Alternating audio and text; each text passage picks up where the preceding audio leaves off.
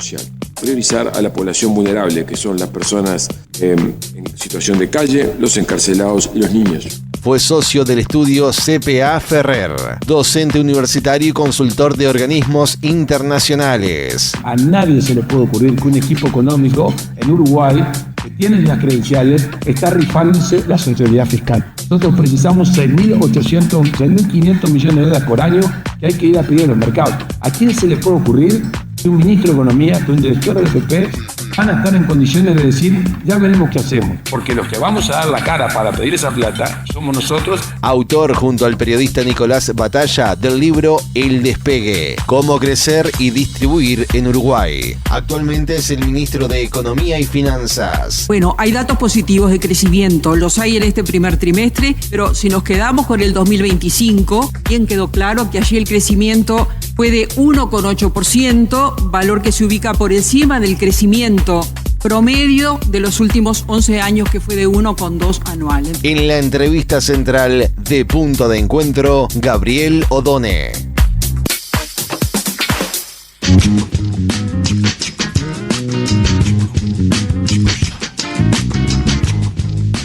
Muy buenos días, ministro. La verdad que es un honor contar con su presencia aquí.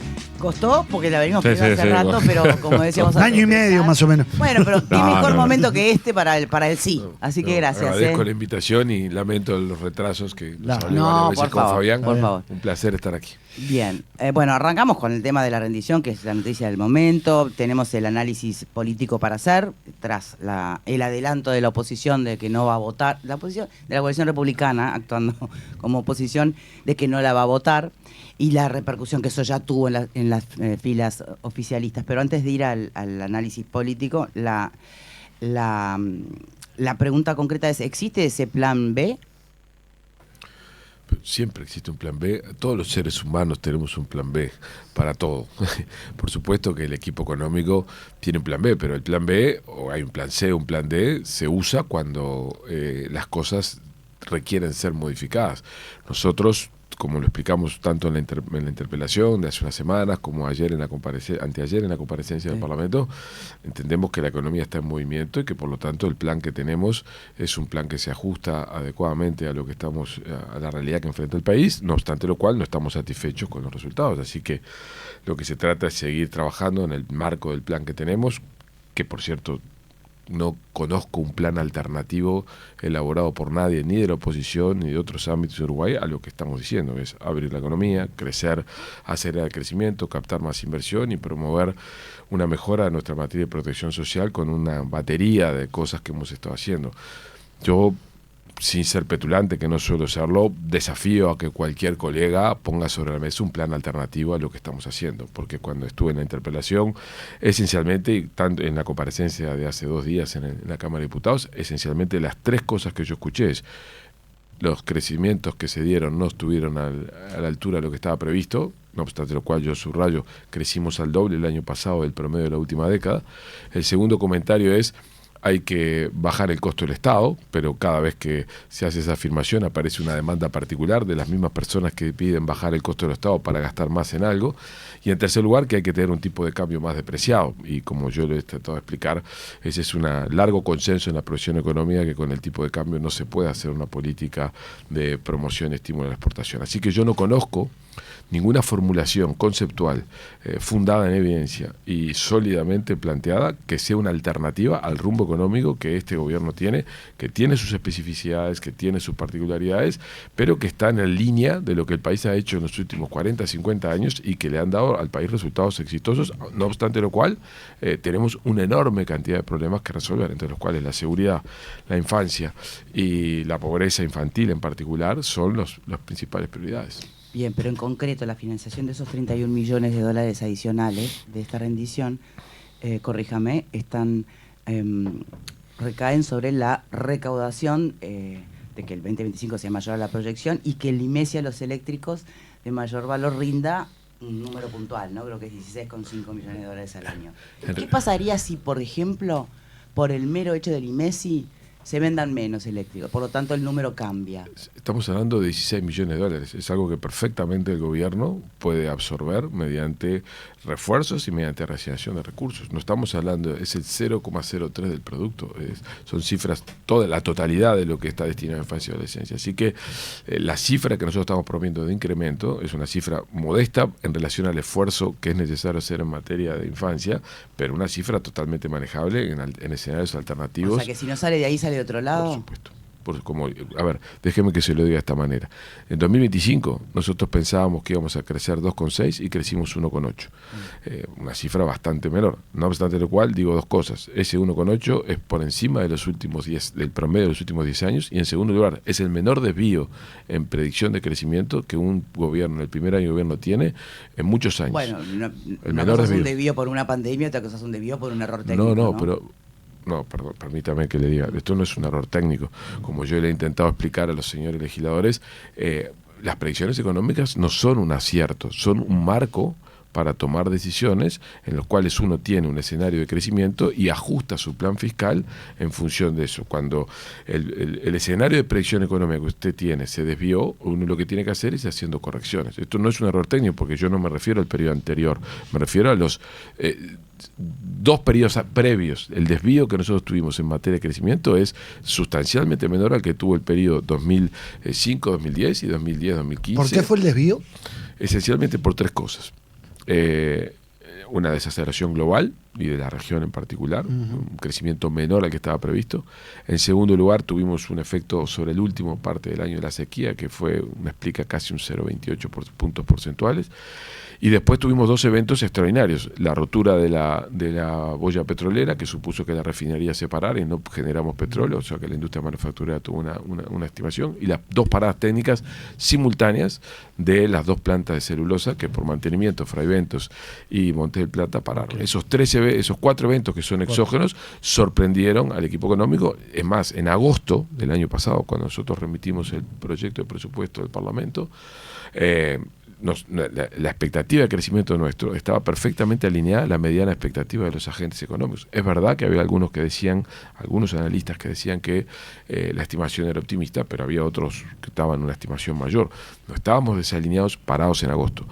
Viendo el diario del lunes, efectivamente había un desvío, pero ese desvío es parte de lo que ocurre normalmente. Ayer habrán visto al Banco Mundial ajustando a la baja el crecimiento esperado para 2026, porque los economistas, cuando hacemos marcos de análisis y proyecciones, lo que hacemos no es un elemento de acertar lo que estamos haciendo. Estamos construyéndonos un marco para razonar. Y lo importante, como yo señalaba el otro día en el Parlamento, es que habiendo tenido un crecimiento inferior al que estaba previsto, se esperaba 2,6 y fue 1,8, y por tanto habiendo recaudado una cifra importante menor a la que teníamos, las metas fiscales, tanto en deuda como en resultado estructural, se cumplieron. Ese es el rol del Ministerio de Economía: predecir, armar un plan, ejecutarlo, y en la medida que se producen desvíos, hacer las acciones necesarias para corregirlo. Eso es lo que hicimos en 2025 y lo que eventualmente haremos en 2026 o 2027 si fuera necesario.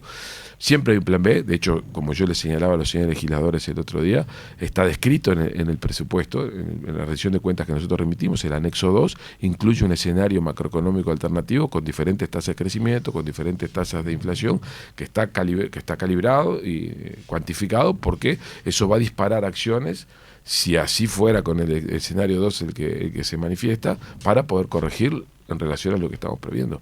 Eso no es que este equipo económico lo haga. Todo equipo económico todo equipo económico de un país razonable y serio como es Uruguay lo hace. ¿Qué tipo de acciones están previstas en ese caso, en caso de que se surjan esos desvíos? Déjame, Fabián, ¿por qué motivos es tan importante? Pero déjame volver para atrás un segundo. Vos fíjate que lo que estamos discutiendo en la controversia sobre la política económica es ¿qué pasa si no ocurre tal cosa? Las cosas no están mal, pero si te va mal, ¿qué haces?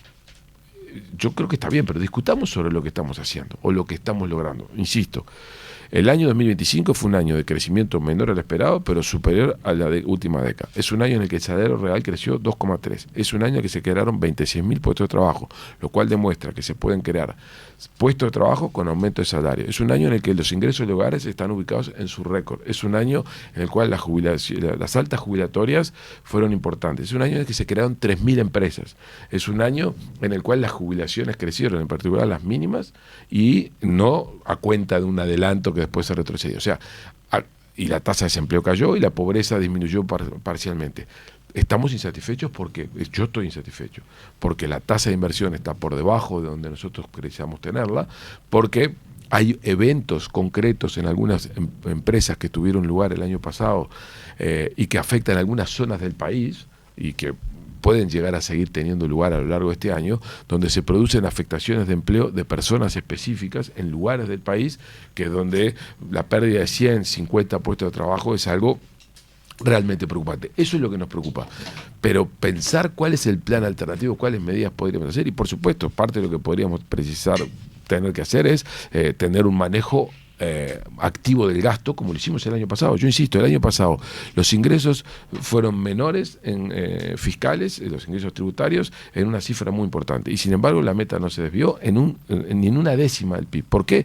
Porque lo que hicimos con el manejo de los refuerzos y con el manejo de los gastos fue ir calibrando el resultado fiscal para cumplir con la meta y tener resultados económicos, como los acabo de mencionar, favorables. O sea, yo preferiría concentrarme en discutir en relación a qué estamos haciendo y por qué estamos convencidos que la estrategia que tenemos es la correcta, que discutir cuál sería el plan alternativo, que yo me gustaría escuchar a algún colega o que asesora a algún partido político de la oposición o algún político que nos ponga sobre la mesa, este es el plan que yo confronto con el plan del ministro de Economía en materia económica. No lo conozco, insisto, fui interpelado y los 3 comentarios es exceso de gasto, precisamos depreciar más la moneda y le arrastra las predicciones. Si esos son los 3 comentarios que pueden hacer sobre la política económica, no te voy a decir que estoy satisfecho por lo que dije antes, pero no estoy preocupado porque no hay ideas alternativas.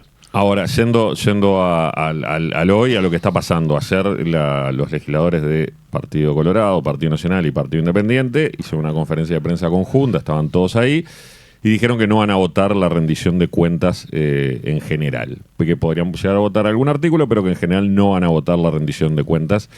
Algo que contrasta con lo que ocurrió el año pasado con el presupuesto. ¿Cómo toma esas declaraciones el ministro de Economía? A ver, en primer lugar, con un poco de sorpresa y con un poco de perplejidad, no tanto por la conclusión, sino por el momento y la velocidad. ¿En qué sentido digo esto? Yo estuve en el Parlamento anteayer, estuve 12 horas en el Parlamento. Hicimos una exposición, me hicieron una batería enorme de preguntas, muy interesantes, en un clima extraordinariamente respetuoso, con preguntas inteligentes.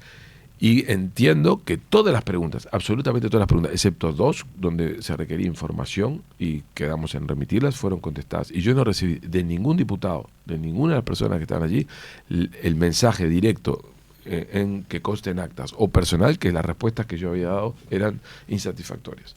Es más, ayer volví al Parlamento a presentar el proyecto de ley a la Comisión de Hacienda del Senado y estuve con varios senadores de la oposición. El proyecto de ley de competitividad, innovación, sí, y reducción de costo de vida. Y estuve con varios senadores, algunos de los que estuvieron presentes en la conferencia hicieron declaraciones importantes y muy profundas y muy enjundiosas, y conversé con ellos. En ningún caso me hicieron saber que lo que había yo respondido el día anterior había sido insatisfactorio.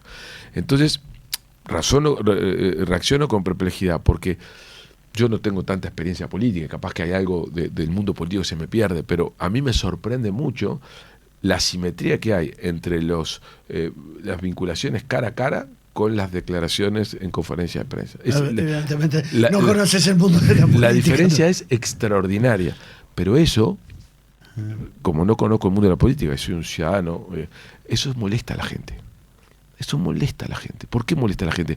Porque si efectivamente hay diferencias tan de fondo como para llevar a no votar una rendición de cuentas, que paréntesis, es un terreno poco conocido en Uruguay.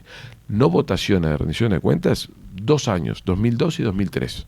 2002 y 2003. Sí. No estamos hablando de algo normal. Entonces, que ocurra a 10 días de haber sido entregado el proyecto, Sí. Yo desafiaría a que la lectura del proyecto haya sido profunda, porque cuando yo comparecí al Parlamento, la discusión giró en torno a los lineamientos generales. Todavía no hubo discusión artículo por artículo o inciso por inciso con nadie, porque ningún legislador fue. Entonces, fíjense esto, yo voy el miércoles al Parlamento, y el jueves, al día siguiente, habiendo respondido todas las preguntas, no habiendo recibido ningún comentario ni en público ni en privado de que los comentarios habían sido insatisfactorios, me encuentro en una conferencia de prensa de la oposición diciendo que no la van a votar. Ahí hay un nivel de coordinación, yo llamo la atención sobre esto, extraordinaria. O esta decisión estaba tomada de antes, o en 24 horas lograron coordinar una postura política muy importante, lo que refiere que hay una capacidad de coordinación que alguien la tiene, de alineación, porque yo no creo que haya sido fácil tomar esta decisión, que puso este tema sobre la mesa, generando un hecho político que el ministro de Economía va a gestionar, porque yo no voy a renunciar a negociar, a poder sacar el proyecto de presupuesto adelante, porque creo que es lo correcto, no solamente la aprobación de lo que se hizo, sino las innovaciones que queremos hacer, porque lo importante, y déjenme que lo diga de esta manera, es que nosotros estamos redireccionando gastos hacia seguridad, hacia educación, hacia situación de calle y hacia pobreza infantil. Eso es lo único importante. Si se quiere transmitir, como algún senador ayer dijo de manera eufemística, algo así como mandar a febrero al ministro, se puede hacer perfectamente, pero que lo hagan con el ministro. Me podían haber interpelado y poder promover una moción de censura, porque lo que se está en contra es la visión del ministro. Es más, el senador que me interpeló, que lo dijo en público varias veces, y ayer me lo volvió a repetir en la Comisión de Hacienda, Botana, Sergio, dijo que él quería una comisión general, o sea, no una interpelación, porque lo que no quería era que hubiera consecuencias políticas sobre el Ministerio de Economía. Sin embargo, al día siguiente de presentar la rendición de cuentas, antes de haberla leído en profundidad, de haber discutido con los incisos, se asume una postura de estas características que aparentemente pretende ser un aleccionamiento hacia el gobierno, hacia el Ministerio de Economía, donde los rehenes son terceros, porque acá si el proyecto de presupuesto no sale, lo que vamos a tener es que no va a haber 300 policías más, que no vamos a tener un equipamiento para la policía, que no vamos a tener 100 millones de pesos adicionales para la educación. O sea, esas es las personas que quedan de rehén. Y sobre todo, permítame nosotros en el proyecto de ley de rendición de cuentas estamos rebajando el tope de endeudamiento en 2027 respecto al que tenemos habilitado hoy. O sea que no aprobar la rendición de cuentas le permite al gobierno, o sea, si no hubiera aprobación, yo tengo más margen para seguir endeudando del que yo mismo me estoy infligiendo para el que viene. Hay una cuestión que dice la oposición. Un conjunto me parece que es una posición apresurada, poco reflexiva, que no contribuye a generar un clima y que es apresurada. Estas cosas, yo por eso no renuncio a que podamos tener un resultado que llegue a buen puerto, pero porque creo que el Uruguay se merece negociando un debate con Cabildo Abierto o renegociando con la coalición, negociando con quien blancos. corresponda. El año pasado el presupuesto, fíjense esto, en diciembre el presupuesto fue aprobado por un porcentaje de legisladores que es el mayor porcentaje en mucho tiempo, a pesar de que el gobierno tenía mayoría. ¿Qué quiere decir eso? Que en diciembre, no hace 6 años, el Parlamento tenía una idea de que lo que se estaba queriendo plasmar en el presupuesto era razonable. 6 meses después, ese mismo Parlamento, una parte del Parlamento sostiene que el gobierno tiene que reprobar y tiene que ser mandado a febrero. Me parece, otra vez, poco serio, poco reflexivo, más bien una cosa vinculada a generar un hecho político, la gestualidad que se hace. Me parece que todo eso... La gestualidad está haciendo el remo de los vikingos. No forma parte del estilo uruguayo, de la austeridad republicana que el estilo uruguayo tiene para gobernar. Lo que no quiere decir que en los ambientes de diversión y de distensión no tengamos que ser un poco más alegres, pero en la gestión republicana de la cosa pública hay que ser austero en la gestualidad y en los mensajes, porque si no nos vamos a parecer a cosas que no nos queremos parecer, lo hemos dicho muchas veces. Me abriste como 15 pestañas de Windows, pero primero, una que te quería señalar es que la oposición dice, nosotros reprobamos la rendición de cuentas, y todo lo que quieran agregar pues lo pueden mandar por proyectos por afuera, para la infancia, para los policías, para Almides, para lo que sea. ¿Eso es posible? ¿Lo es posible? No, las leyes presupuestales son las que tienen iniciativa, son las que ordenan. A ver, primero, Sí, pero ustedes tienen iniciativa de hoy y las pueden mandar por afuera de la rendición. ¿Sí o no? yo te pregunto, ¿te parece razonable eso? No sé, yo te lo pregunto, pregunto yo a no es lo vos. mismo no, que pero yo decir te que pregunto no como no se quiere te- ayudar a la infancia o no se quiere ayudar a la Te pregunto pobreza. como ciudadano, ¿a vos te parece razonable que si tenemos un marco legal que tiene un plazo? Porque otra ley no tiene plazos, esto Sí. tiene plazos, donde el gobierno ordena... No, puede haber alguna ley de urgencia. Puede Bueno, haber, pero a vos te Una ley. parece que si fracaso con una ley de presupuestal en una ley de urgente consideración, me parece que es revertir las cosas. Acá tenemos un marco legal y una obligación constitucional de aprobar la rendición de cuentas o no aprobarla y generar modificaciones presupuestales. Eso tiene plazos y eso es donde se ordena Sí, pero la ¿sabes qué? discusión. La oposición quedó molesta contigo. Yo el otro día hablaba con el senador Rodrigo Blas, en la fórmula hablaba, y él le cayó mal en una cosa que vos hiciste en el Parlamento, que dijiste eso que nos dijiste hace un rato, ¿Qué es?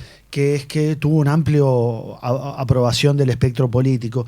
Y él decía, nos está tomando el pelo, en realidad nosotros no estábamos conformes. Y ellos, en realidad, cuando vos señalás el apresuramiento... al presupuesto. En referencia al presupuesto, cuando vos señalás el apresuramiento, obviamente hay una decisión política de la coalición de que no les pase lo que le pasó en el presupuesto, de que a la coalición republicana, en el medida que se empieza a transitar y a tratar la rendición de cuentas, algunos sectores se empiezan a escapar y algunos legisladores. Entonces ellos claramente quisieron abroquelar desde el principio Déjame que te diga una una cosa. posición. Si no me gusta que mi hijo se coma las uñas, le corto los dedos.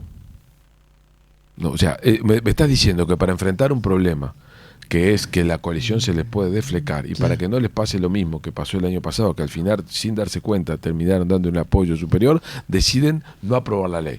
Me parece que tienen mecanismos políticos internos suficientemente poderosos, gente de tanta experiencia política como para poder generar esto, es aprobar lo que quieren aprobar, no aprobar lo que no quieren aprobar. Por supuesto, capaz que no quieren aprobar tiene absolutamente todo el derecho a no hacerlo, pero me parece, pero esto yo me lo imagino como una conclusión en los últimos días de la discusión. Miren, por tales y cuáles razones esto no combina, esto no funciona, esto no estamos de acuerdo, esto no va a funcionar, pero el primer día, sin haberlo discutido, sin haber entrado en la discusión inciso por inciso, me parece que es más... El mensaje es, expresa, no vamos a votar en general, dijo Javier García, porque expresa los resultados de un año de mal gobierno. Y Andrés Ojeda dice, no hacemos más que trasladarle al gobierno el descontento ciudadano por no llegar a fin de mes. ¿Por qué en la interpelación no me propusieron una moción de censura?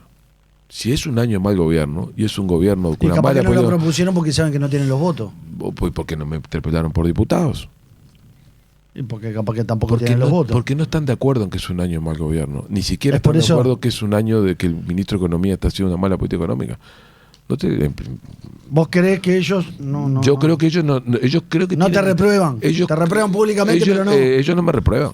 Ellos no me reprueban. No te reprueban. No me reprueban. Solo lo dicen públicamente por cuestiones políticas. No sé si todos, pero el espectro político uruguayo no considera que lo que está haciendo el equipo económico es una cosa tan desacertada como para que requiera un cambio de rumbo que no sabemos cuál es y que venga otra persona a hacerlo. O yo la pregunta digo, ¿por qué no me cuando me interpelaron no me censuraron? No está ahí el problema. Yo creo que por cuentas de cantidades de legisladores. Pero no te insisto que podían haberlo hecho por diputados. Bien. Pero no tienen las mayorías ahí tampoco para censurarte. Pero el Frente Amplio tiene mayoría. O sea, yo digo, hay dos decisiones. Querían hacer una comisión general, no una interpelación, que no tiene consecuencias políticas. De hecho, terminó siendo una interpelación porque el Frente Amplio no dio los votos para una comisión general. Segundo, lo hicieron en Senado, donde sabían que no querían que tuviera consecuencias. Es así. Por eso que me parece que ingresar en este debate de esta manera, lo que no quiere decir que no se pueda terminar no votando la ley, no nos hace bien a todos. Yo estuve en el Parlamento en la interpelación y traté de señalar que las formas en las que a veces nos conducimos en el sistema político no ayudan en un escenario que es de mucha incertidumbre, de insatisfacción de una buena parte de la gente que las encuestas que tienen razón para sentirse que tienen mucha incertidumbre, que el desempleo es un fenómeno que está allí y que para eso el gobierno tiene que trabajar mejor y tiene que comunicar mejor y tiene que hacer cosas mejor, pero el escenario de agregarle esta dimensión de incertidumbre, a diferencia de sostener de que esto está a la altura de las circunstancias, es un error político que le va a costar al país una discusión mal conducida. Esa es la razón por la que el compromiso del ministro de Economía es que nosotros vamos a redoblar los esfuerzos para convencer a la oposición de que podemos discutir mucho, pero que es un error pronunciarse tan rápidamente de esta manera. ¿No fue un error pronunciarse por parte del oficialismo como se pronunció tras el anuncio de la negativa? Porque señalar que entonces la oposición no quiere reducir la pobreza, no le preocupa la primera infancia, no le preocupa... ¿no? Yo no estoy diciendo eso. Yo no, en ningún caso se me ocurre a mí atribuirle a la oposición y a un político uruguayo de que no hay una preocupación genuina suya de la seguridad de la infancia. No, eso no es mi postura. Yo creo que efectivamente todos los políticos uruguayos que son genuinos representantes de la gente están preocupados por eso. Tenemos diferencias sobre cómo lo hacemos. Creo que este episodio de ayer... una seguilla de senadores que salieron ayer mismo... Un episodio desafortunado que saca al debate público algo que me parece que no es conveniente, pero es mi opinión y es... digamos, tendré que convivir con ella porque es una postura absolutamente legítima, soberana, y sobre el cual el ministro lo único que puede hacer es tomar nota y intentar, no sé si revertirla, o por lo menos convencer de que vale la pena generar una buena discusión sobre la rendición de cuentas. ¿Por qué? Porque si la ley no se vota en general, la posibilidad de hacer cosas específicas no tiene lugar, y entonces nos vamos a perder la oportunidad de discutir las cosas concretas que queremos hacer. Pero en los hechos, cuando él le preguntaba, creo que sí o no, de manera así más tajante, Amaral, sobre, bueno, no sale vía rendición de cuentas, no se puede, por ejemplo, ir por caminos independientes. Sí, pero a ver, siempre todo se puede. En este mundo, todos los mecanismos están disponibles para que el sistema político se entienda. O sea, todos los caminos están abiertos. Pero yo lo que insisto, y no voy a renunciar a aprovechar esta instancia presupuestal para lograr sacar adelante la ley de presupuesto, porque es mi responsabilidad, entre otras cosas porque un ministro cuya rendición de cuentas y cuyo presupuesto no es aprobado... ¿Es un fracaso personal? Es una señal de alerta muy importante para los mercados, para los empresarios. Es una señal muy complicada que yo tendré que evaluar, porque una cosa es declararlo, otra cosa es ver qué pasa. ¿Evaluar qué permanencia? Sí, por supuesto, como cualquier... Si no se prueba la rendición de cuentas, evaluar la permanencia. Yo lo que les tengo que decir con claridad es que me pagan para si nosotros no tenemos una claridad respecto de que no hay un cuestionamiento tan relevante como para no aprobar una rendición de cuentas, que supone aceptar que el manejo de las cuentas públicas hechas por el gobierno es el correcto. Ese es un escenario, insisto, 2002 y 2003 pasó esto, pero no pasó otra vez. ¿Qué va a ser más no es un difícil escenario normal. Yo frente a eso tengo que reflexionar seriamente. Pero ¿qué le puede llegar a resultar más difícil en esa eventual negociación de la rendición para que salga? ¿Convencer a la oposición o convencer al oficialismo de sacar algún artículo? Porque ahí hubo concesiones que capaz que ni siquiera iban en su propia línea de pensamiento. ¿En dónde? ¿A qué se refiere? Y no sé si está alineado en todas. Por ejemplo, lo de las AFAP. No está en la ley de presupuesto. Pero cosas que sabemos que le irritan a la oposición. Pero bueno, perdónenme para ordenar la discusión. ¿Estamos hablando de la rendición de cuentas o estamos hablando en general? Si estamos hablando de la rendición de cuentas, no hay nada que esté en la rendición de cuentas que yo sea consciente, porque es una ley de muchos artículos, porque hay cosas que se pueden pasar, que yo tenga una posición contraria. Creo que no, porque todo mi equipo lo revisó. Nada. Hay cosas que las que puedo tener matices. Pero no grandes concesiones. En la rendición de cuentas, no. En la rendición de cuentas, en todo lo que tiene que ver con política económica, no hay concesiones. Es la línea del gobierno en la cual estamos de acuerdo en el gobierno.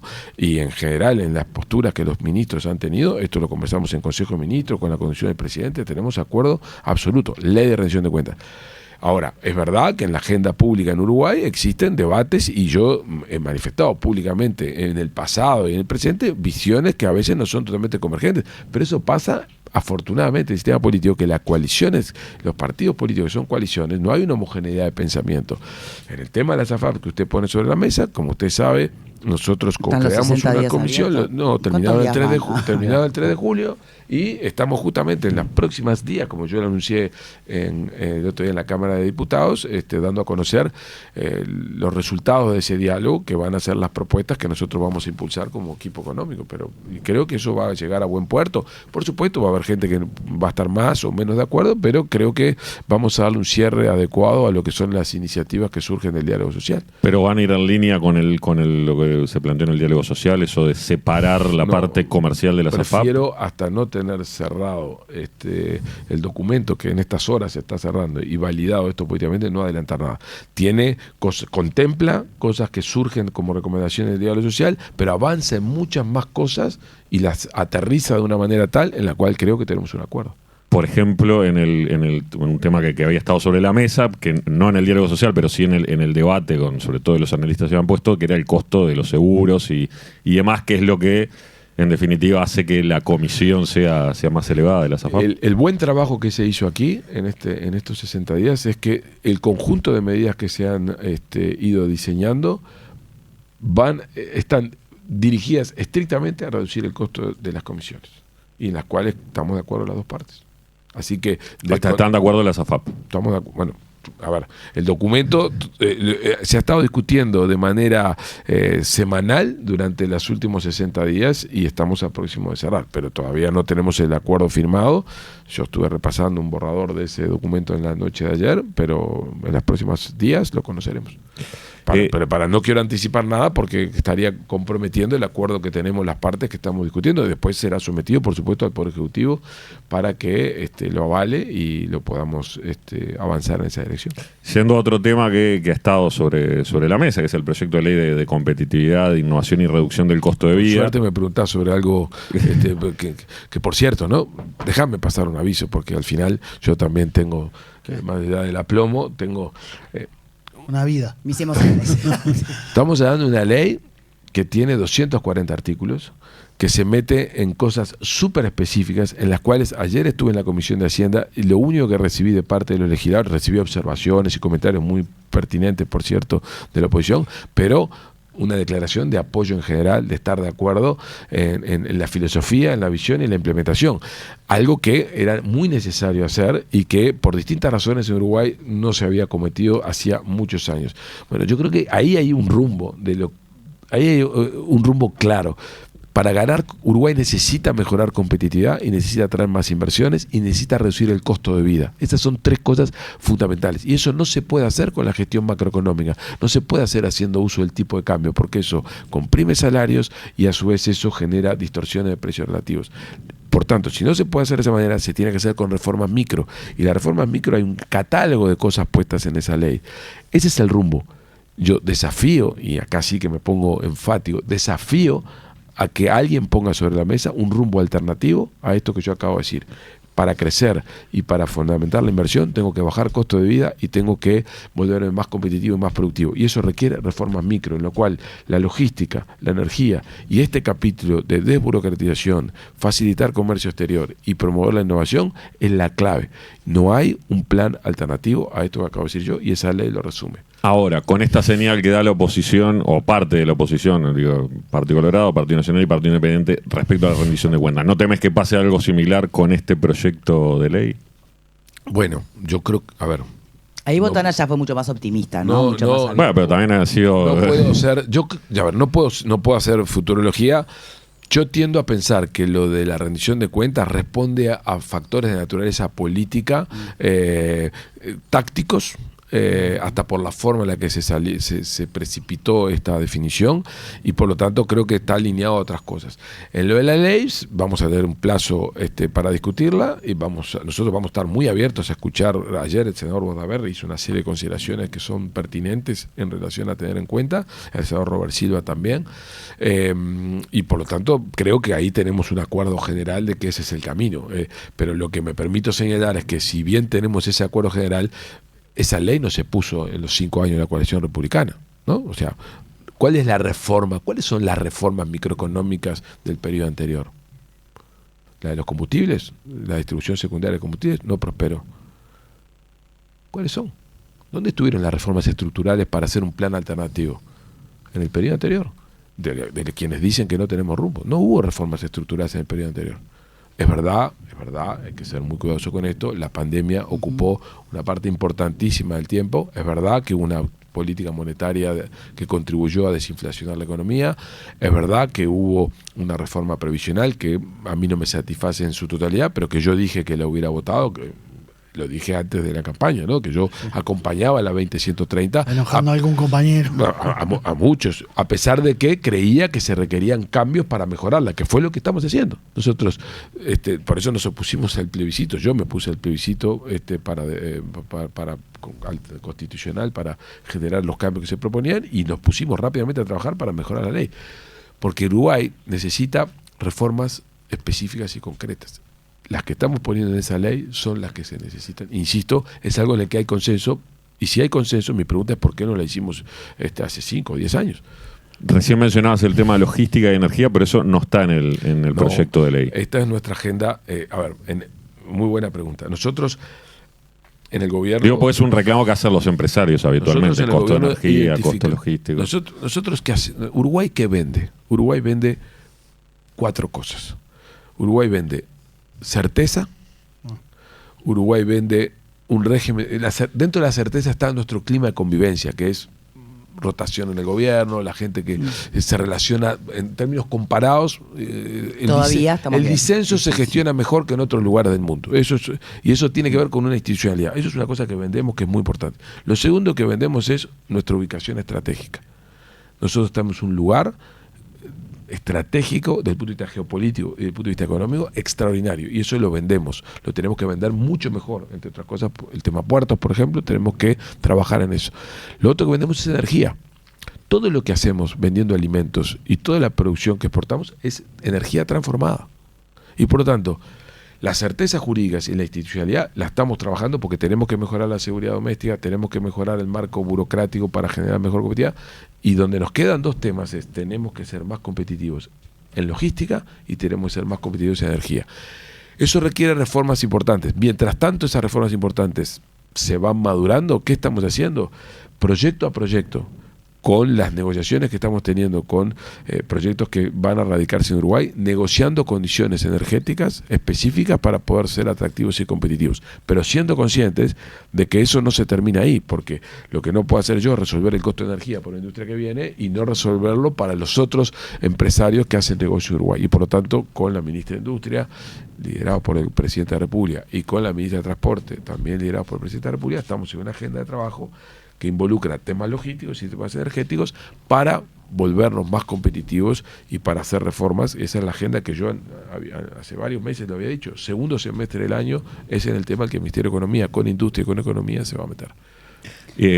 Recién mencionaste el acuerdo con GIF Global. ¿Está cerrado eso, que era el tema de la energía? Se ha avanzado mucho. La información que dispongo es que se ha avanzado mucho. Estamos próximos a poder anunciar que desde el punto de vista de lo que es las contribuciones de las políticas públicas, hay un acuerdo. Ahora depende que la maduración del proyecto se desenvuelva en función de demanda, de costo de flete y demás, pero en principio se avanzó mucho, y creo que ayer el secretario de la Presidencia, Sánchez, anunciaba o decía que en los próximos días se van a conocer cosas, pero sí, ahí se avanzó mucho en materia de costo de energía. Fue trabajoso, como con otros proyectos. Hay varios proyectos en los cuales estamos negociando el tema de costo de energía, el tema de riego, temas de expansiones de producción de las plantas de celulosa. El precio de la energía es una variable muy importante. Bien.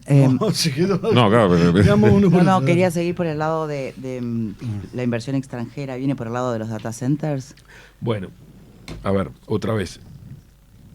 Energía y logística es lo más importante. Entonces, en energía, data centers y generación de energía limpia son y inteligencia artificial son, diría, los lugares donde nosotros tenemos más relaciones, más interés y más contactos con empresarios que están explorando hacer cosas, algunas en procesos muy avanzados de definición, otros en procesos más lentos. Hemos estado en Londres, hemos estado en Nueva York y en Washington, el equipo económico y el equipo del Ministerio de Industria, en España, tratando de acompañar y atraer inversiones que se podrían concretar en Uruguay, algunas que son de ampliación y otras que son nuevas. Yo espero que en el correr de este año tengamos novedades al respecto, pero data centers son un tema central, donde Uruguay tiene varias virtudes. Tiene energía firme, energía generada en energía eléctrica en 98% por fuentes renovables.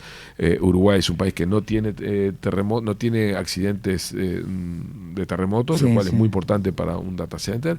Tiene acceso a agua y tenemos una estrategia definida por el gobierno que se inició en el periodo anterior, porque este gobierno consolidó, de áreas del país donde por la disponibilidad de agua, la disponibilidad de energía, existen posibilidades para que este tipo de establecimientos estén. Eso se está trabajando activamente, depende, como comprenderá, en un mundo que se ha vuelto tan incierto, tan volátil, y donde las tasas de interés aumentaron como aumentaron y se quedaron en niveles altos, el mundo de los negocios para tomar decisiones nuevas, salvo en el mundo de la inteligencia artificial, está siendo muy cuidadoso, digamos. Estamos siendo muy precavidos. Y bueno, en ese mundo es donde estamos intentando atraer inversiones. Bien. ¿Y cómo es el vínculo con el PIT-CNT en esto? Porque el PIT-CNT tiene su agenda paralela, ¿no? Estamos en el mismo mundo, pero muchas veces, bueno, van en búsqueda de otras cosas.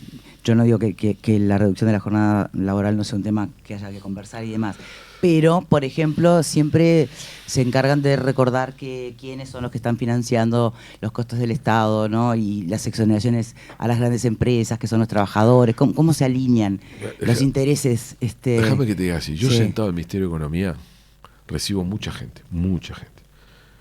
Todo el mundo viene, todos los que vienen por interés particular, a pedir algo. O una exoneración, o un desgravamen, o un impuesto para otro. O sea que el hecho de que haya en la sociedad civil organizaciones como el PIT-CNT u otras que persiguen fines propios y corporativos es natural, legítimo y absolutamente normal. Sí, eso no está en cuestión. Bueno, por eso digo, pero por la misma manera que está el PIT-CNT, están todos los otros agentes de la organización de la sociedad civil que piden cosas, y el tipo de cambio, devaluar la moneda. Que van a perjudicar al PIT-CNT. Que van a perjudicar a otros. Entonces yo creo que eso es importante que lo pongamos en sus justos términos. Este es un país donde afortunadamente la sociedad civil está bien organizada y las corporaciones están bien organizadas y presionan a los gobiernos con sus herramientas diferentes. Pero dos elementos. ¿Qué te planteó Victoria? Uno, ¿está en algún lugar en carpeta revisar exoneraciones a grandes empresas o algunas? No. Nosotros tenemos un gasto tributario extraordinariamente elevado en términos comparados, no lo digo yo, lo dice el Fondo Monetario Internacional. O sea, Uruguay, y de hecho estamos trabajando en una actualización de la eficacia y eficiencia de esas renuncias tributarias. Punto uno, para poder entender si las renuncias que hacemos están bien dirigidas y son en cantidad necesarias.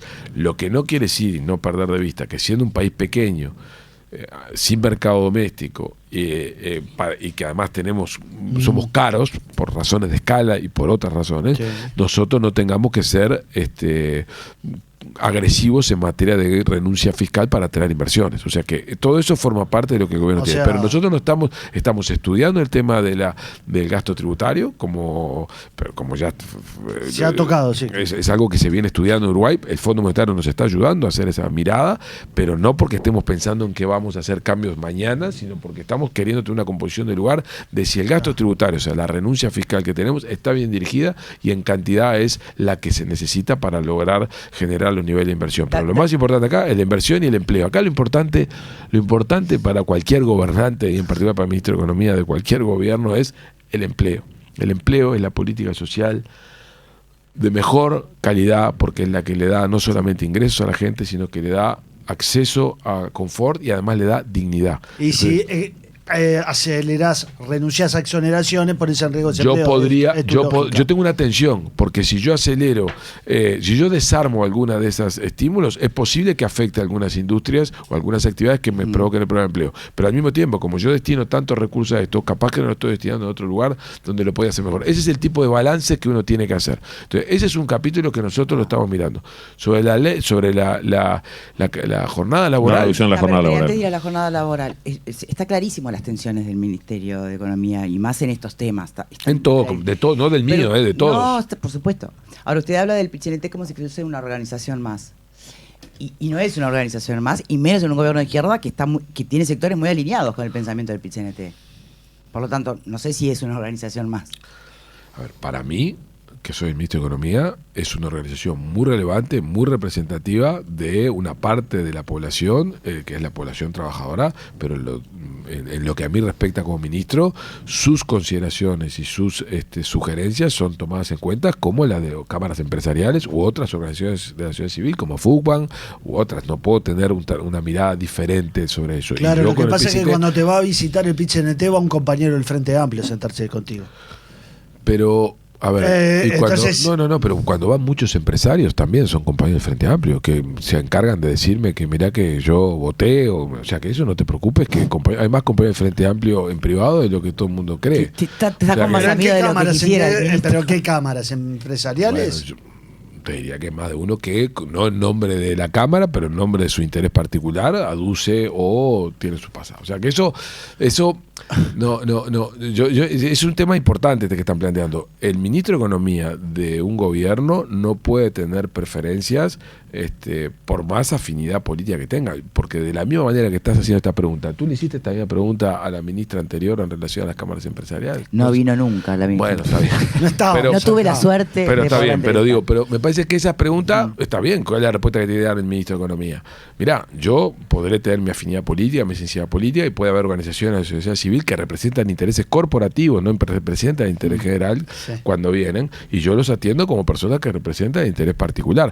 Otra cosa es cuando vamos a votar o cuando discutimos políticamente, donde esas personas que eventualmente integran el movimiento sindical, pero que integran una fuerza política, no discuten como miembros del movimiento sindical.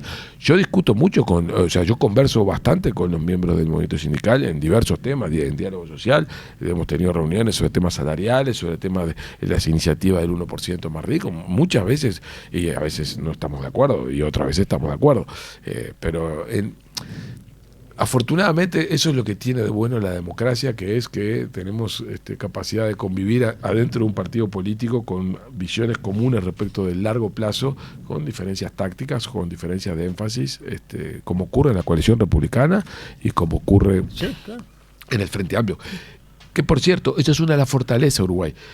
A diferencia de lo que ocurre en muchos lugares, nuestros partidos políticos son coaliciones. Y por tanto son como el Partido Demócrata y el Partido Republicano de Estados Unidos. Son partidos donde adentro conviven visiones distintas, son partidos que se conocen como catch-all. Eso le da mucha estabilidad al sistema político porque minimiza el riesgo que los outsiders o que partidos circunstanciales, emergentes, se vuelvan relevantes en la política. Te enlentece la velocidad del cambio, pero te obliga a hacer acuerdos. Eso es una fortaleza de Uruguay, y que en general todos los sistemas presidencialistas tienden a tener estos sistemas bipartidistas. Pero quedó planteada la pregunta ahí. ¿Es el momento ahora de ir por la reducción de la jornada laboral como propone el PIT? Yo creo que no. Yo creo que es un tema que es imposible no discutirlo. Es imposible no discutirlo porque en el mundo está sobre la mesa por razones... acá hay dos tipos de fundamentos. Por razones tecnológicas, por lo que supone el avance de la tecnología y lo que supone el avance de las posibilidades del tiempo dedicado al ocio, y por razones más, si vos querés, ni siquiera ideológicas, porque en el mundo desarrollado hay una visión del confort y del acceso al tiempo de esparcimiento mucho más valorizado que hace 30, 40 o 50 años, probablemente porque alcanzaron niveles de desarrollo suficientemente altos. Esto en Europa es una discusión muy común, no en China, por supuesto, ¿no? O en Asia, pero esta es una discusión que en Occidente está sobre la mesa. Ahora, es una discusión que hay que manejarla con mucho cuidado en el timing, por los efectos que esto tiene sobre la productividad y los efectos que esto tiene sobre el crecimiento, y además porque hay algunos aspectos en los cuales hay que cuidar. En Uruguay tenemos casos ya donde hay jornadas laborales de 6 horas, en la bebida, en la salud. En alguna bebida. En alguna bebida. En la salud esto no necesariamente ha redundado en que la gente descanse más. Hace más turnos. Hace más turnos. Sí. Entonces, esa es una de las cosas que uno tiene que cuidar. En un país de ingreso de renta no alta, no altísima como es Uruguay, una medida de ese tipo puede generar exactamente el efecto inverso al que uno quiere, que es que la gente, naturalmente, que quiere acceder a más confort, trabaje más cantidad de horas, lo cual afecta su calidad de vida. Entonces, yo creo que estas cosas hay que aproximarse con cuidado. Totalmente dispuesto a discutirlo, como se los he dicho al PIT-CNT, y a discutirlo desde el punto de vista técnico y a evaluarlo, pero con mucha precaución en los timings y en los efectos que esto puede generar en relación a la productividad y a la atracción de inversiones en un momento donde el país necesita invertir más y acelerar su crecimiento. En un momento donde el país necesita invertir más, los paros en Terminal Cuenca del Plata, que es la única especializada en contenedores del puerto de Montevideo, se han reiterado las últimas semanas. De hecho, una carta que esgrimieron ahí varias gremiales, estaba la Asociación Rural, Unión de Exportadores, Cámara de Industria, Comercio, etcétera. Dicen, en 2025 hubo más de 30 días con disrupciones operativas y en lo que va del año van 25 días y se preguntan, ¿hasta cuándo se admitirá que conflictos particulares sigan manteniendo en jaque al comercio exterior del país y como consecuencia de ello a su economía? ¿Qué responde? La respuesta es que, como saben las cámaras empresariales, es un tema que nos preocupa y nos ocupa. Este tema puntual, que son el tema de la conflictividad, es el que ahora de manera urgente tenemos que resolver, tratando de reducir este tipo de fenómenos para que no se produzcan y para darle certezas. Pero yo creo que en Uruguay, y eso el gobierno conteste con la ministra Lucía, estamos trabajando en ello, que Uruguay necesita, hace muchos años que no tiene una mirada sobre el sistema portuario en términos estratégicos relevantes, y ese es un tema que en algún sentido engloba todo esto. ¿La esencialidad se pensó alguna vez? A ver, hasta donde yo sé, no soy un experto en el tema, la esencialidad tiene un marco jurídico muy específico que tiene precondiciones muy, muy específicas y muy extremas para poderlo declarar. Y aquí, para empezar, ni siquiera hay un conflicto en todo el puerto, hay un conflicto en una empresa. No, está claro, O sea, pero que no pone es que en jaque... pero la esencialidad no se decreta para una empresa. Claro, Se decretaría si aquí hubiera una afectación de todo el servicio. Eso es hasta donde sé, no soy un experto en el tema. Bien. Antes de pasar a algún otro tema, una última que tiene algo que ver con el PIT, pero lo trasciende enormemente, y es algunas malas lenguas pueden llegar a señalar que el plan B tiene que ver, el eventual plan B de la rendición, o de ante un crecimiento inferior, ¿no? Más ex-ante que el equipo económico, que se vaya por el lado del 1%. Mientras yo sea ministro, eso no va a ocurrir. Eso no va a ocurrir. Porque yo creo que es un error, como lo he señalado, es impracticable, es inconveniente, aunque filosóficamente estoy de acuerdo. Yo estoy de acuerdo en que es deseable gravar a las personas de mayores patrimonios, pero no es posible hacerlo porque desde el punto de vista práctico, y por eso es que en el mundo casi no ha habido algunos ensayos que han salido mal, porque precisamente las personas de alto patrimonio, si algo lo que tienen es facilidad para desplazarse y cambiar su patrimonio, o generar su residencia fiscal, y por tanto es una visión que tiene fundamento tal vez ético y técnico, pero que no tiene factibilidad práctica, y mientras yo sea ministro eso no va a ocurrir. Eso pues no quiere decir que si yo no soy ministro a alguien se le ocurra hacerlo. Bien. Yendo al tema, siguiendo con el tema impositivo y volviendo al tema de rendición de cuentas, está ahí el cambio, las exoneraciones para los vehículos eléctricos, aquellos de más de aproximadamente $30.000 valor público, $19.700 valor aduana. Van a seguir con las exoneraciones, aquellos de menos, y los que están por encima no, van a empezar a grabar al 5 y al 9 en 2 franjas. Ahí, en la exposición de motivos, se habla de una renuncia fiscal de unos $100 millones el año pasado entre IMESI y tasa global arancelaria, o sea, el arancel que hay que pagar por traer esos vehículos. Y se dice también que con las ventas que vienen en el correr del año, este año podría superar los $200 millones. Ahora, en ese cálculo, en algún momento, ¿tuvieron en cuenta también lo que se ahorra el país de importación de petróleo y lo que se aprovecha a su vez de energía en la noche, que es cuando generalmente se carga la mayoría de estos vehículos, que si no está desaprovechada, que se genera igual, digo, como la energía eólica, y si no se desaprovecha? Ese número así como lo estás planteando, no. Directamente no. No obstante lo cual, creo que con la proyección, o sea, el fundamento de la decisión nuestra es un régimen. Déjame que te vea de esta manera. Es un régimen, nosotros que estamos firmemente adheridos al cambio de la matriz energética vinculada al transporte. Absolutamente alineados a eso. Y queremos mantenerlo. Pero entendemos que la magnitud de los estímulos que estaban dados para eso ya no son necesarios, porque la tecnología está madurando a una velocidad tan grande y la adhesión de la población a eso ya no depende del estímulo fiscal. Y convengamos que exonerar con arancel cero y con IMESI cero altos de altísima gama eléctricos es un problema. Entonces, acá hay la decisión del gobierno de mantener el estímulo a la incorporación de vehículos eléctricos.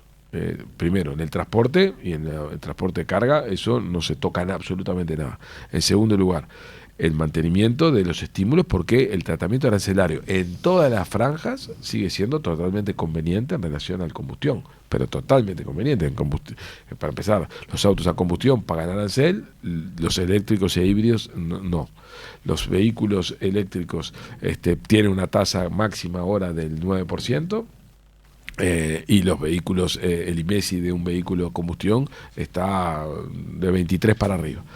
Entonces, no hay ninguna razón para decir que esto es un desarme de la política de estímulo a la incorporación de vehículos eléctricos particulares. Y en particular, el 66% de los vehículos, depende cómo hagas el cálculo, que fueron vendidos el año pasado, continúan a tasa cero y a tasa arancel cero. Eso quiere decir que los vehículos que cuestan al público menos de $30.000, que son el 66%, están excluidos. Entonces, es un cambio de orientación por dos razones. Primero, porque la razón de fondo es porque nosotros creemos que la tecnología tiene un nivel de madurez que no requiere apoyos. Y así, por eso votamos... ¿Esa es la razón de fondo o es la necesidad de hacer caja? Porque... Déjame que te lo diga así. Sí.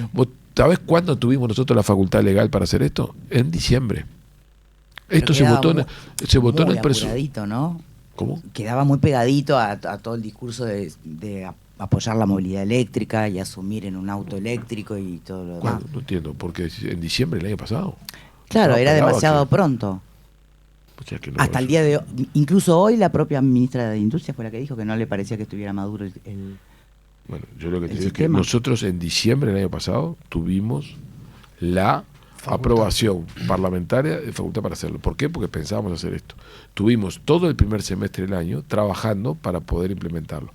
Es verdad que cuando se aproximó la rendición de cuentas, es verdad que teníamos que encontrar fuente de financiamiento porque decidimos ir por una expansión del gasto vinculada a la infancia. Estos recursos nos venían bien, eso no lo voy a negar, pero que el origen de por qué esto se puso en diciembre del año pasado no tuvo que ver con caja, no tuvo que ver con caja. Y además estamos hablando también de un monto que la recaudación esperada son 16 millones de dólares, no es relevante para cerrar nuestros números, pero no nos mueve la caja, o sea, no nos mueve la aguja. Así. Todo, si no teníamos esto, tendríamos... Bueno, es la mitad de lo que se necesita para la reasignación. Pero es no es poca cosa. Es el 0,15 del PIB. Es una cifra que el presupuesto perfectamente, si no lo hubiéramos tenido, es lo que vos me decías antes. ¿Cómo lo hacés? Si de algún lado lo íbamos a sacar. Casi llegando a las 10 de la mañana con el ministro de Economía y Finanzas, Gabriel Odone. Yo, por mi parte, una última pregunta. ¿Qué has aprendido de la política en este... ya año y medio casi que llevas en la cancha, en ese terreno que vos llegabas como un académico y no como una persona de militancia y comité y todo eso? ¿Qué has aprendido de la política? ¿Te formaste? ¿Creciste como político? Bueno, yo creo que siempre uno aprende en la vida.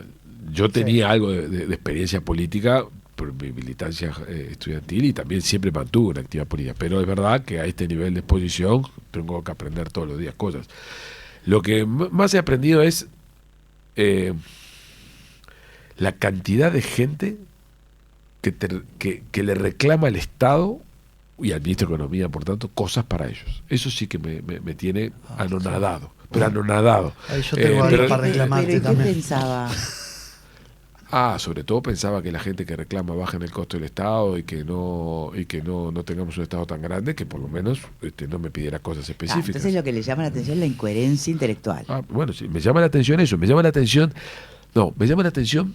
algo que yo sabía porque está estudiado, está documentado, pero la concreción práctica de dame la mía. Claro. Y lo demás me hace lo que quieras, a mí hace lo que quieras, pero a mí la mía no me la saca. Eso es uniforme, es ¿De afuera y de adentro? de todos lados. De todos lados. Eso es lógico que el Ministerio de Economía, los recursos son escasos, Sí. pero bueno, eso es una cosa que si vos querés la he ido aprendiendo en carne propia con ejemplos de distinto tipo. Y el tema de las tensiones políticas y de los juegos políticos y las tácticas de estrategia y que la política es un poco jugar al truco, que implica a veces... No, El truco es un juego de mentiroso también. Entonces a veces implica... esa parte, la verdad que lo digo de esta manera, yo siento por lo menos un apoyo muy fuerte del presidente y de la torre ejecutiva, y te diría que esa parte más política, digamos, de la construcción de acuerdos y la búsqueda de acuerdos es algo en lo que ellos me ayudan en el 99,9%. Yo en todo caso pongo mis ideas, obviamente negocio, obviamente pongo arriba de la mesa, pero esa parte, pero obviamente tengo que ceder, tengo que negociar, en esto me peleo con uno, discuto con el otro, voy para acá, voy a un lugar por ejemplo, he recobrado algo que no hacía hace muchos años, que es ir a ámbitos políticos a explicar lo que estamos haciendo. Por ejemplo, una mesa política del Frente Amplio o una mesa departamental. Eso lo he recuperado y ahí se aprende mucho con la gente. Sobre todo lo que es muy interesante ver cómo la reunión empieza muchas veces con un estado de ánimo bastante crítico con el Ministerio de Economía, lo cual no puede ser de otra manera, porque somos los que tenemos que decir no. Y después cuando uno explica, no te digo que te vayas aplaudido, pero una comprensión de lo que hay. Y esa parte es una parte que me estimula mucho. Y cuando uno logra explicar lo que está haciendo y por qué lo está haciendo y entiende que por lo menos el que está ahí, no digo que esté satisfecho, pero por lo menos entendió un poco más. Esa parte, y sobre todo los reclamos, ¿no? Cuando te aparecen cosas concretas que vos te perdiste, mirá, pero en esto te comiste esto y esto, ahí aprendés mucho. En frontera, toda la media frontera que nosotros hicimos, que ahí no fue con ámbito político, pero que trabajamos con los centros comerciales, ahí aprendimos mucho. El mejor dato que me pasa a mí, un día yo fui a Melo antes de ser ministro y me preguntaron un tema de media frontera y yo le di una respuesta a una señora que estaba en una reunión no política, no me acuerdo quién la había convocado, como de encuentro de centro comercial. Yo le di una explicación totalmente lógica y elegante, y cuando terminó se me acercó la misma señora que me hizo la pregunta y me dijo, mire, yo soy la presidenta del centro comercial, tengo una ferretería, y entonces me puso 10 ejemplos por lo que yo había dicho, un conjunto de estupideces, ¿no? Y eso,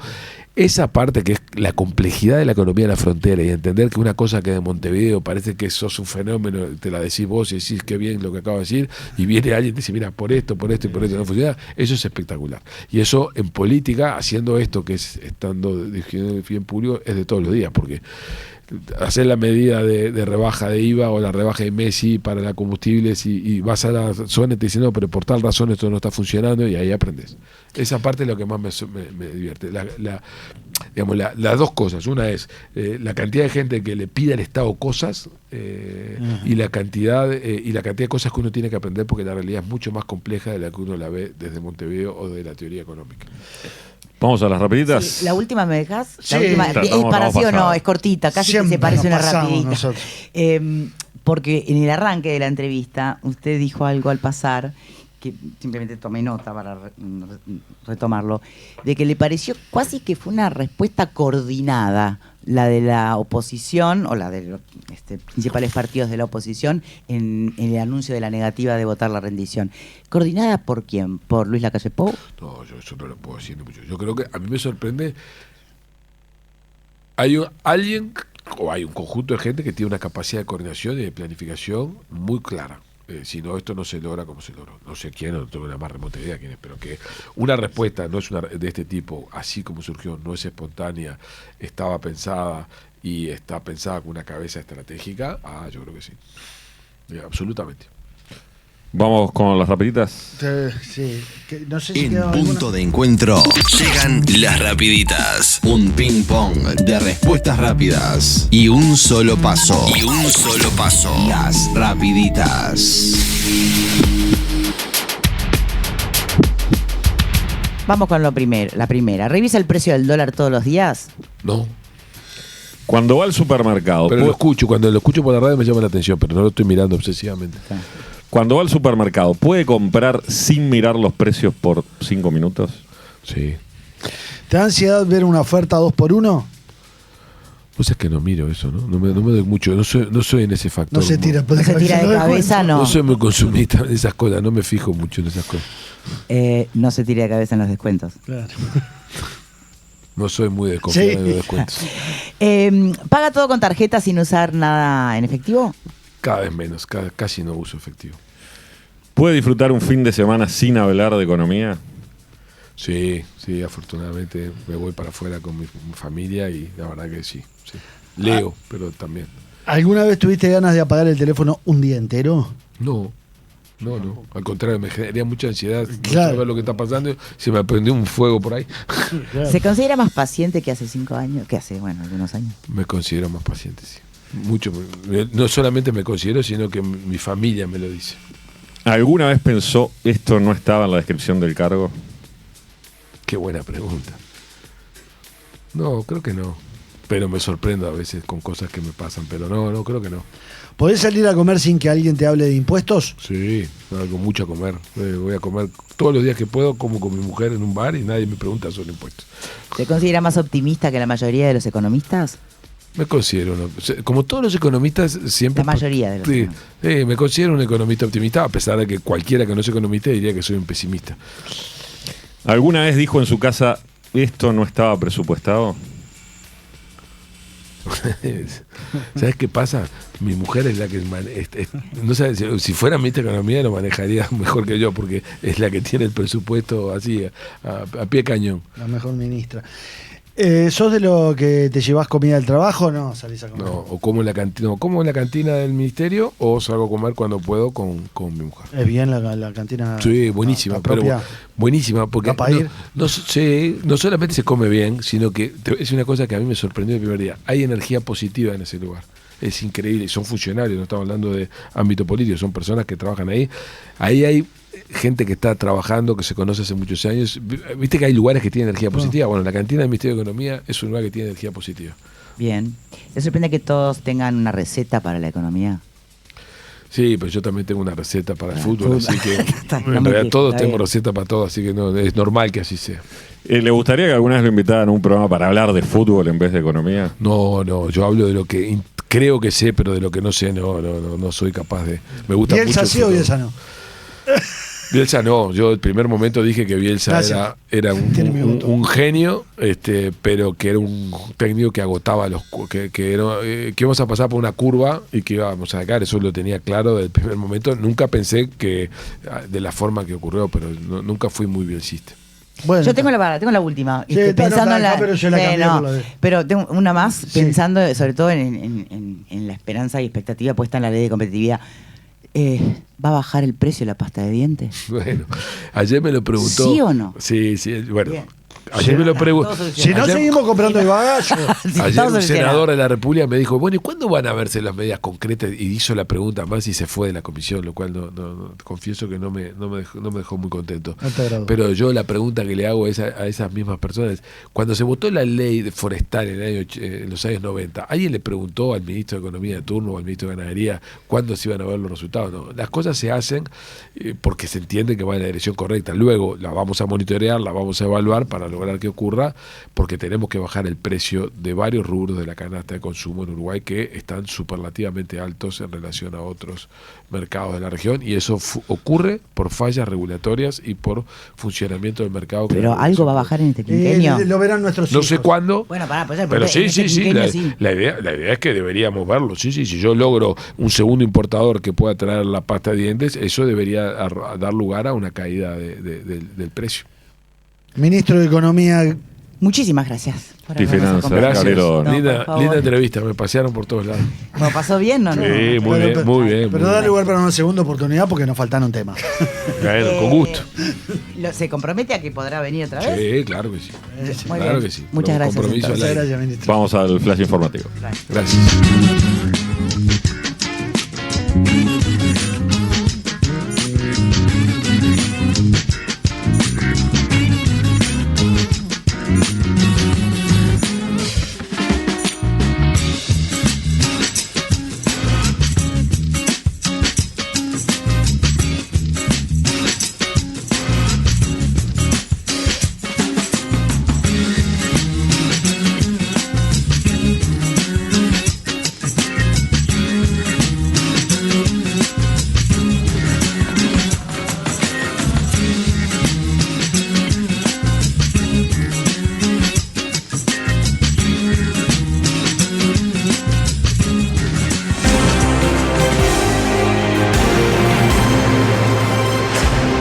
Flash informativo. Lo que tenés que saber a esta hora. Con Andrés Rega.